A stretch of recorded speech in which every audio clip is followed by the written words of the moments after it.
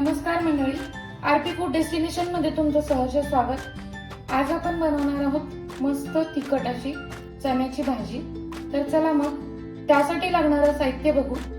इथे घेतले मी कांदा 1, टोमॅटो 1 आणि 4-5 लसणाच्या पाकळ्या आणि अर्धा तुकडा अद्रक ह्याची मी पेस्ट करून घेतली। इथं तेल, कोथिंबीर, जिरे, गरम मसाला, धना जिरा पावडर, प्लेन तिखट, हळद, किचन किंग मसाला, मीठ आणि चणे। तर चला मग कसं बनवायचं ते बघू। सगळ्यात आधी आपण पॅन गरम करत ठेवला होता आधीच। त्यामध्ये आपल्याला जितकं तेल लागणार आहे मी अर्धी वाटी तेल घेतले।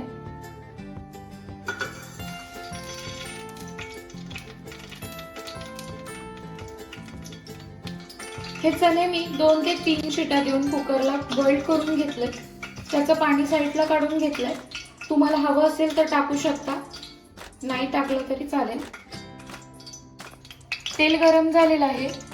अर्धा चमचे जिरे आणि त्यामध्ये आपण कांदा टोमॅटोची प्युरी,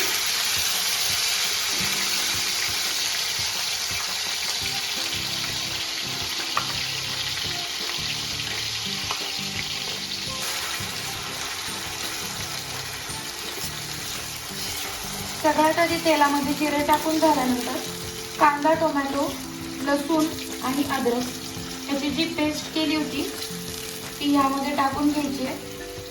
अगदी चांगली भाजून घ्यायची तेल सुटूपर्यंत।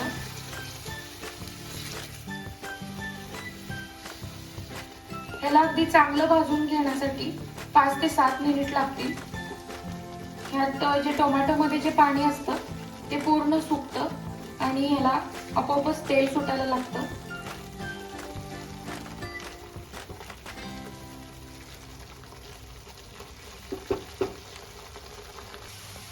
आता ही जी प्युरी होती ती चांगली भाजलेली आहे।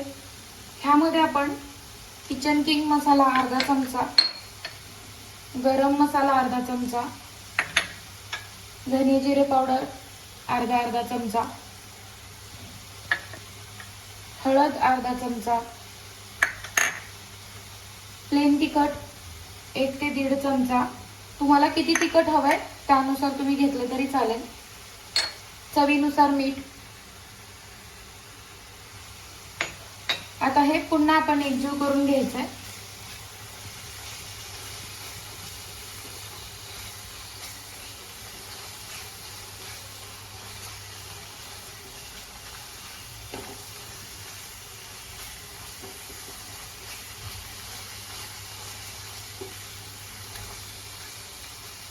पूर्ण मसाल्यामध्ये अगदी चांगलं भाजून घ्यायचं आपण याला।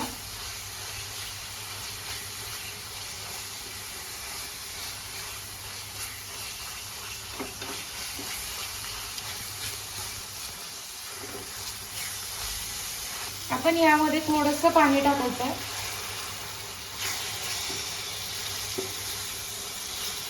आणि याला चांगलं शिजवून घ्यायचंय।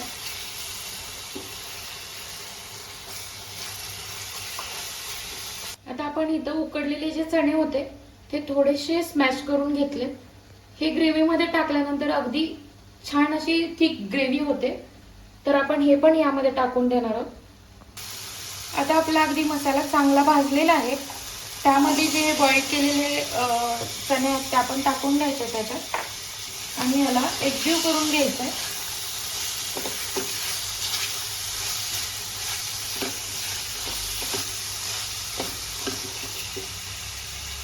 आणि हे जे स्मॅश केलेले चणे आहेत ते पण टाकायचे त्यामध्ये।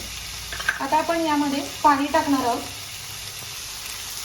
जे बॉईल केल्यानंतरचं पाणी होतं तेच आपण यामध्ये टाकायचं आहे।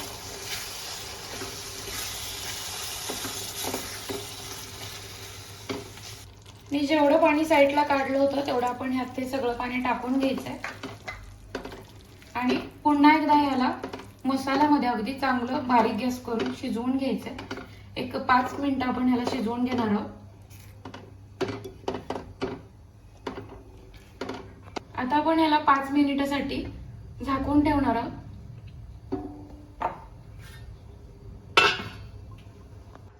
आता आपले 5 मिनिट झालेले आहे. आपली चांगली भाजी मस्त अशी शिजलेली आहे. आता ह्याच्यावर मी कोथिंबीर टाकून घेणार आहे आणि कोथिंबीर टाकून आता आपण भाजी सर्व करून घेऊयात.